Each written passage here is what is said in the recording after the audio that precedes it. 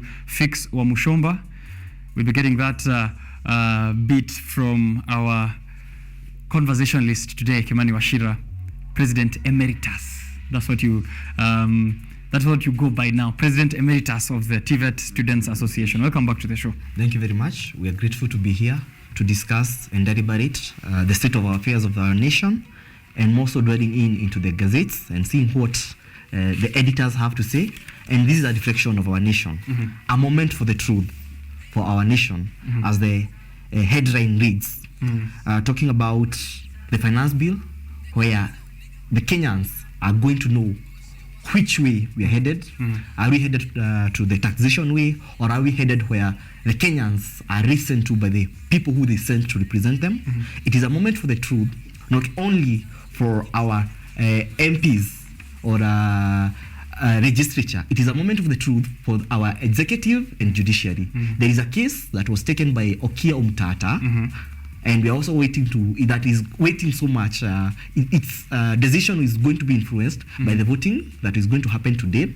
It's a moment of the truth for the executive, because as we have seen in various conversations, the president is eagerly waiting for this bill to pass, and by extension saying that mpende musipende, which shows that our parliament is becoming an extension of the executive. Right. And also it's a moment of the truth for the Wanjiko, or now popularly referred to as Wagio, who is going to be subjected to this taxation that is going to be passed if each individual clauses is passed without amendment. Right. I have a question for you, Kimani, so that we can kick off this conversation. The nation is calling it moment of truth. Is this moment of truth coming in too early into the Kenya Kwanza administration, or is it coming early enough so that the normal mwananchi can be now aware of the kind of administration that is running this government? It is not too early, neither too late. Right. Because Wanjiko, when he made the decision on August, he knew what he wanted. We brought two candidates. Some of us were in Azimio and the others were in Kenya Kwanza. And Wanjiko, having analyzed all the manifestos and the agenda, decided to settle with the Kenya Kwisha government, or popularly known as Kenya Kwanza. And now, after all the deceit and the darkness was over, light came, and we are seeing what is happening. And this is coming too late.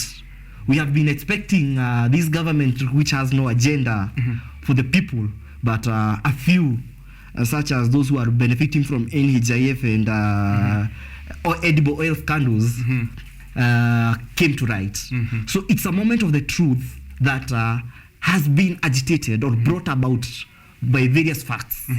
Looking at conversations that are happening in the media, where they have been having panels that are including people from the Kenya Kwanza government and also guys from the opposition side of Azimio, there's been a positive outlook when you listen to members of the legislature from the side of Kenya Kwanza, saying that the president has already explained to them how this is going to be a very good way to raise revenue for the republic. It's a 3.6 trillion budget.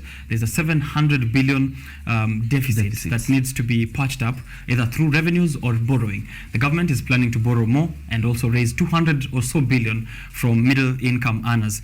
And the people who are going to suffer the most in these new taxes and levies are middle-income businesses, medium enterprises earning around 500,000 and upwards of $1 million, and people earning 800,000 and above getting a 35% on pay.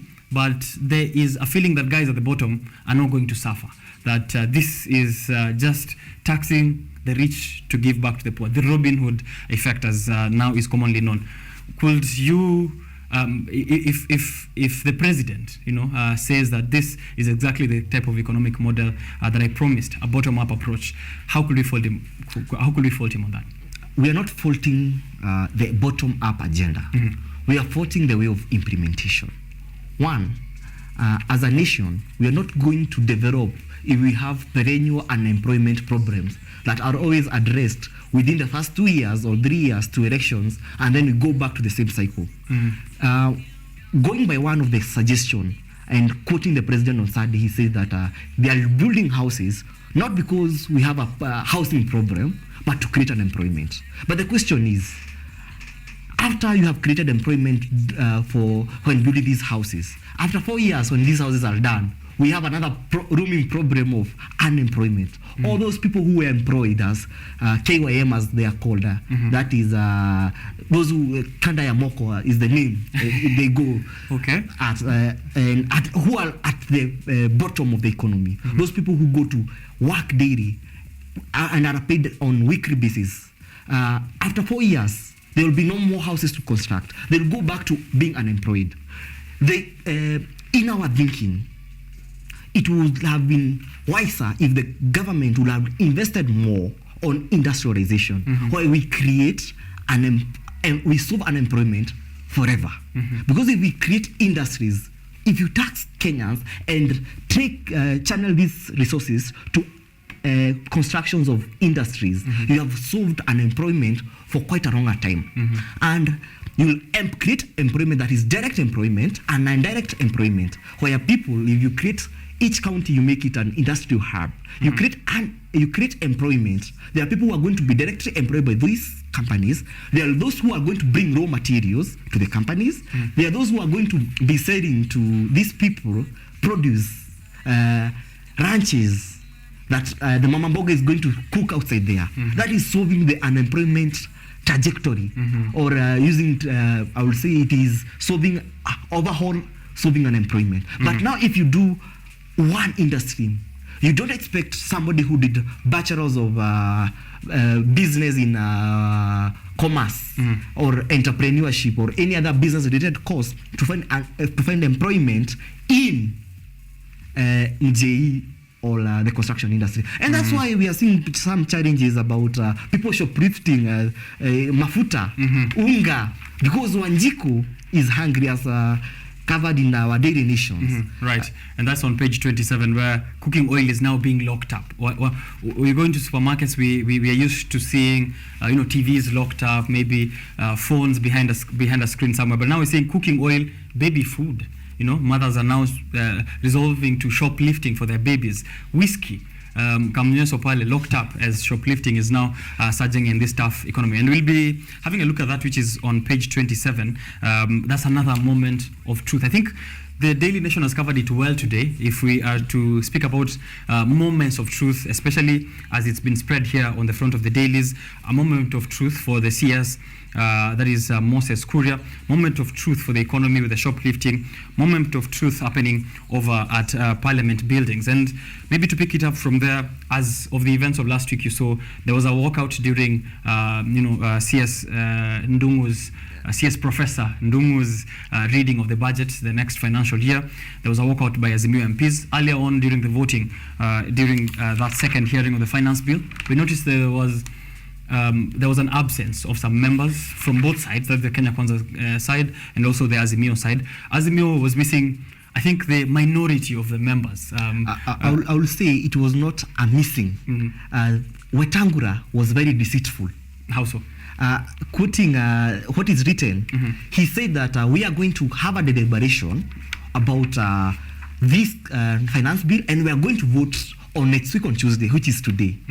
So members who contributed, such as Otende Omoro and the rest, after contribution, they left, thinking that the voting is going to happen today. But after they left, as quoted on page 6 of the Nation, right. After they left, Wetangula changed his mind and said that we are going to vote today.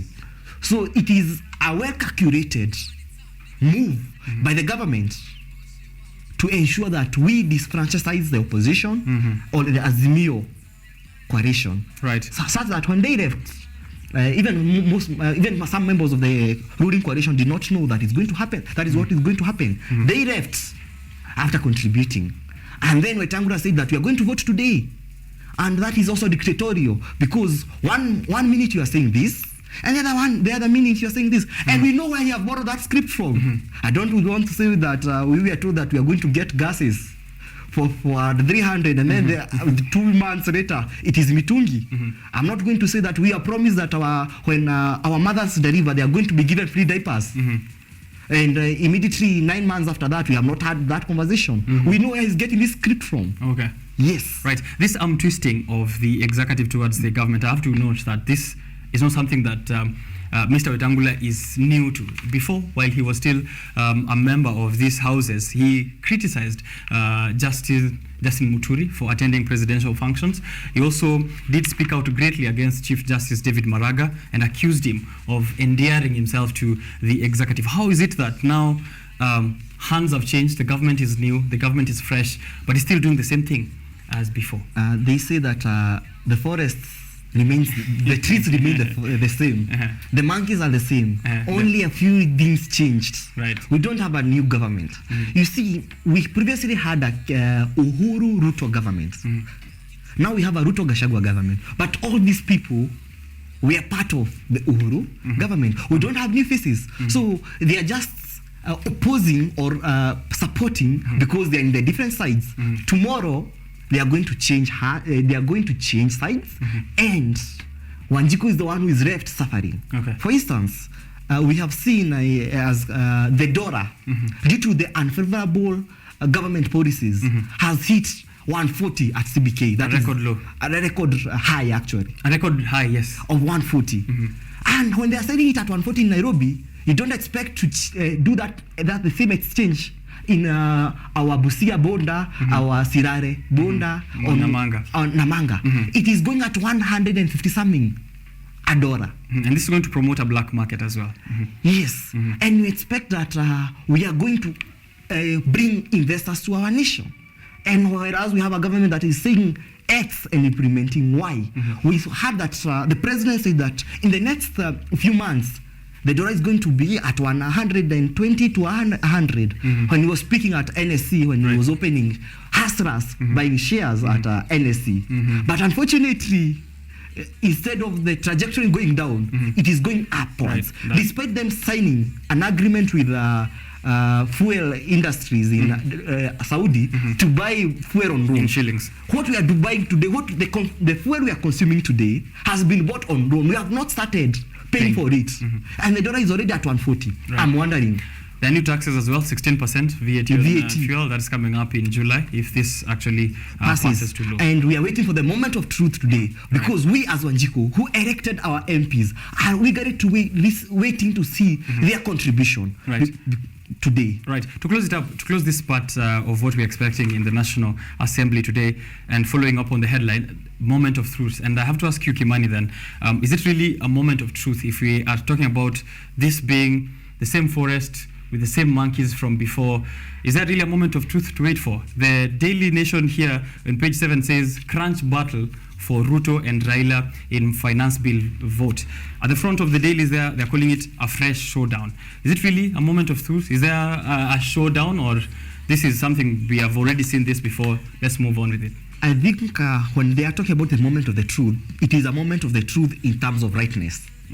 Today, we are going to see which side stands with Wanjiku and which side support the oppressive regime. So when we are talking about the moment of the truth, it's a moment of the right for Wanjiku, who is going to be educated, who is going to be opened. The eyes are going to open and see what is happening.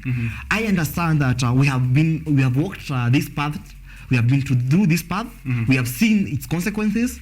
We saw that 176 MPs supported these oppressive tax proposals. And we are saying this. This is not the first, neither the last finance bill to have ever been created. We are going to have finance bills till eternity or till Jesus comes back.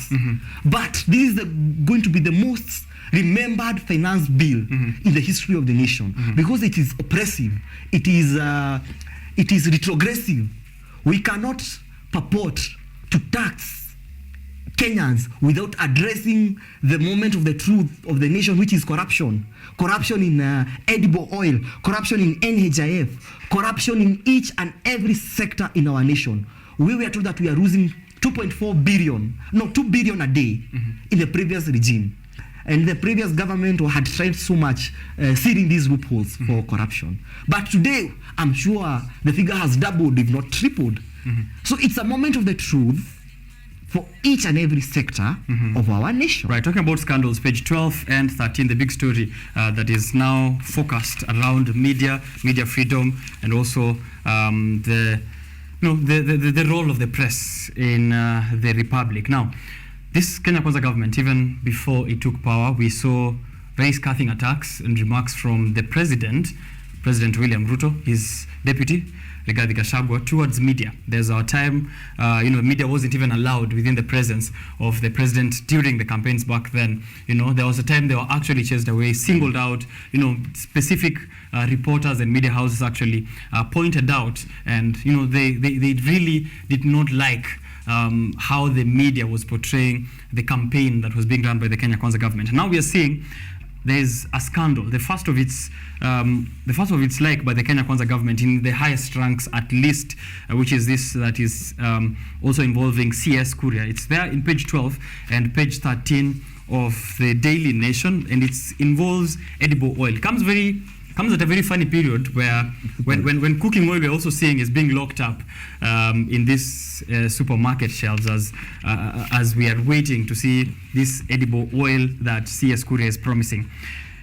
There are remarks that have been made online and offline. Deputy President Rigathi Gachagua says he doesn't agree with some of the remarks that Moses Kuria made, but he's made remarks up until when he slept last night. I'm not sure that's the time he slept, but his last tweet yesterday night was pointing out towards, now he called them Uasherati. That's a different variation.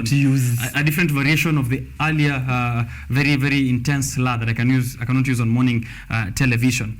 This profiling of the media that CS Kuria is doing here has already gotten to the Media Council of Kenya, and their statements here. I'm just going to read the first paragraph from the Media Council of Kenya, and also the journalist, the Union of Journalists in Kenya, the Kenya Union of Journalists. The Media Council of Kenya has this to say.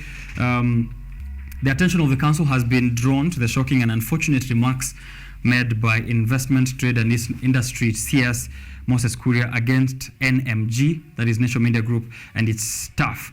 The council that notes that this is the most extreme since independence, that individuals have pushed media and government relations to the brink and lowered the country's dignity. The professional conduct of media and its workers is governed by the Code of Conduct for the Practice of Journalism, where the Media Complaints Commission is mandated to handle grievances against the media. So basically, just pointing out the right channels in which CS Kuria can use if he has any problems with journalists in the Republic. The Kenya Union of Journalists, through its SecGen, that is Eric Oduor, says, "We will wish to remind Mr. Kuria that he is now a cabinet secretary whose actions and utterances should promote a positive image of Kenya as a nation, in line with tenets of leadership, integrity, and the law. While we support the ongoing initiatives by DP Rigathi Gachagua to deal with the impact of this rampant consumption of alcohol in the country, it is our opinion that for this war to bear fruit, it should cast the net wider and get rid of the county of leaders who are not in control of their faculties." He should cast his net wider to rid the country of leaders who are not in control of their faculties. In short, as we are battling drug abuse in the Republic, the Kenya Union of Journalists is saying that DP Rigathi Gachagua should start within the cabinet. It seems that there are few people within the cabinet who might be intoxicated with power or otherwise. There's a cartoon there from the Daily Nation by Gado, as well by Dula, and also this other one on the Standard. Maybe we can have it as I get your reactions, Kimani, as according to what is happening. There we have it. There we have it on the screen. Pale kuna miti, Ministry of Investment, Trade and Industry. Yes. That should be Moses Kuria inside. There's edible oil that's leaking. The media is shining a light, and they say, or Kimani Wachira said here, Oh, where did you say it? You said it online, on Twitter, Yes. that the newspaper kills two things, yeah? A fly. And that is Tarinduku Elders says that a newspaper is used to kill both the flies and a politician. Right. And if Moses Kuri is not quite serious and can't some of his statements, he's repeating the same mistakes that Uhuru did sometimes back when he said that he gazeti ni ya kufunga nyama, and we have seen what happens. The ripple effect was negative publicity, which overturned his public ratings, and we saw even his candidate going not winning because of the impacts of some of these statements. Right. Moses Kuria is out of order. Moses Kuria is the Minister of Trade. And we have seen what other ministers have done when scandals have been mentioned. We saw the president sack Kemsa. Kemsa was reported by our media scandals. On Saturday, there was the reportation of the oil scandals. The minister on Sunday, in a church event on the altars or tabernacle, made declarations that are ungodly, they are immoral, illegal, unconstitutional, and uncool, attacking an independent body that should oversight the government. We have seen these attacks, and they say that the strength of a tree, no matter the size, depends on the roots. And the Kenya Kwanza government interaction with the media, the roots have already decayed. And it is very immoral to hear the language a minister who is the face of trade in Kenya is using. Right. I'm wondering, is this the conversation he has in USA or when he's speaking to investors? Gado has a very interesting image this morning. You've mentioned about face and whatnot, and they are portraying where the words are coming out. These slurs. Apparently, they're not coming out of a face. As you can see there on your screen, there is a goat there. It seems that media has actually found, they've actually been able to find something to portray Moses Kuria, the goats in Gatundu, which have now disowned Moses Kuria, and I've asked Gado to kindly check with the dogs, yeah? There is a tweet here, actually even this morning, maybe you can picture it as that image shows there. And imagine Moses Kuria saying these words, because this is his tweet from 8 a.m. today. Good morning, Kenyans. Have a splendid day from a brothel on Kimathi Street. That is a CS, someone who sits on the highest ranks of office of this Kenya Kwanza government. If this was a tweet from a minister in USA, he will have resigned. Even if it was done by his PA, he would have resigned. We are saying that Moses Kuria is showing how we Africans don't take things seriously. How we have leaders who are morally decayed brains. Because you don't expect such a high profile person in this regime to make such altercation. I don't expect even my mzee wa nyumba kumi man to say such things in the limelight, in the public. This talks about our community. So we say that viongozi ni vioo vya jamii. That our elders, our leaders are a reflection of our community. It is so absurd. And I'm lacking words to say. Right. And I'm telling Moses Kuria, run from the CS health. When scandals are mentioned, just do due diligence. Right, and that's what I wanted to say here, that, as much as he's doing these laws and public showdowns and all of this social media shenanigans, let's not forget the oil scandal. Let's keep tabs on how this edible scandal plays out. Whatever he says, we have to ensure that we're keeping him into account. It's 9:55 in the morning. Kimani Wachira, we can't do much more than we have. Unfortunately, we have to wrap it up at this point. If you have the dailies today, please check out the headlines and the stories that are making business for your week. Biashara Tuesday sets a tone for you, and we have tried as much as possible to do that with the conversations we've had and with what has been there on the Business Daily, the Daily Nation, and the Standard. Let's close it up with the last word, Kimani, at the back of the Business Daily, and please tell us who that is from. We are going to quote an Australian British philosopher called Karl Popper.